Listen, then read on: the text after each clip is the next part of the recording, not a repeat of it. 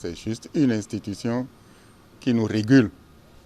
L'institution ne nous dirige pas, l'institution nous régule.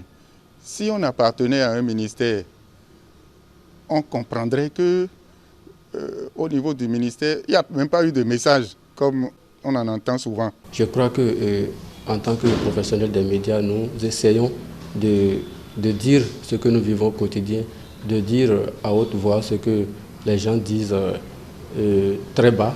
Et je crois qu'au Bénin, c'est vrai que depuis un certain temps, des journalistes, des professionnels des médias sont confrontés à beaucoup de problèmes, notamment le fait d'être interpellé par la justice à tout moment, surtout avec ce code du numérique qui a déjà été mis en vigueur il y a 6 ans. Et je crois qu'il faut une révision de ce code-là. C'est une grande journée parce que la Déclaration universelle des droits de l'homme de 1948 a prévu cela, que le droit à l'opinion, à l'expression, le droit à l'information sont des droits humains fondamentaux. Il y a déjà des réseaux de journalistes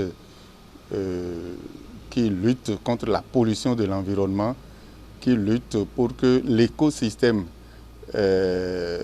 soit une réalité et l'hygiène de vie soit une réalité.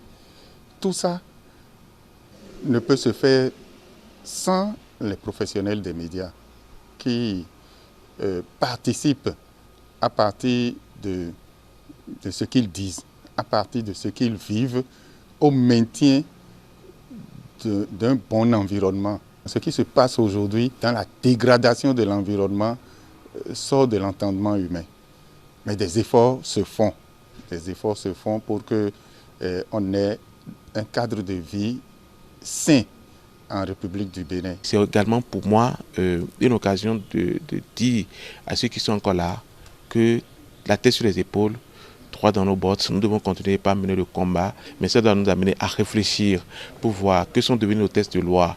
Est-ce que nos textes de loi nous permettent aisément d'exercer ce métier? Et tout cela se dit dans un contexte où au Bénin nous avons un code sur le numérique qui également reste un enjeu de réflexion.